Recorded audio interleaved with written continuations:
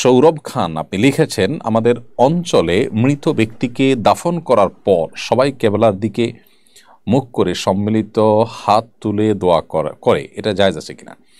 মৃত ব্যক্তিকে দাফন করার পর যারা দাফন কাজে শরিক হয়েছেন তারা কেবলামুখী হয়ে সবাই যার যার মতো করে সম্মিলিতভাবে বলতে এখানে সবাই দোয়া করবেন, কিন্তু একজনের সাথে সবাই তালে তাল মিলিয়ে দেওয়ার শিক্ষা হাদিস দ্বারা প্রমাণিত হয় না, তবে যার যার মতো করে সবাই দোয়া করবেন, এটি হাদিস দ্বারা প্রমাণিত।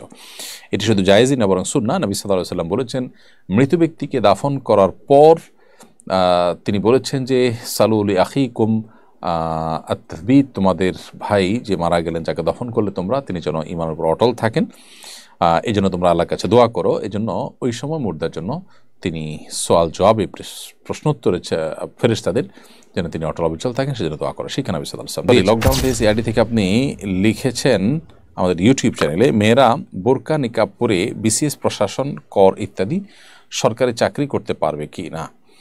যদি এমন কোনো পদ থাকে যেখানে আসলে পরপুরুষদের সাথে পর্দাহীনতার কোনো ব্যাপার নেই, একান্ত নিজস্ব বলেই কাজ করবেন এবং পর্দার মধ্যে থেকে কাজ করবেন, এরকম যদি হয় তাহলে সেক্ষেত্রে সেই সেক্টরে তিনি কাজ করতে পারেন দ্বীনের খেদমতের স্বার্থে এবং উদ্দেশ্যে, কিন্তু শরিয়ার যে মৌলিক শর্তগুলো আছে ক্ষেত্রে সেগুলো প্রযোজ্য হবে।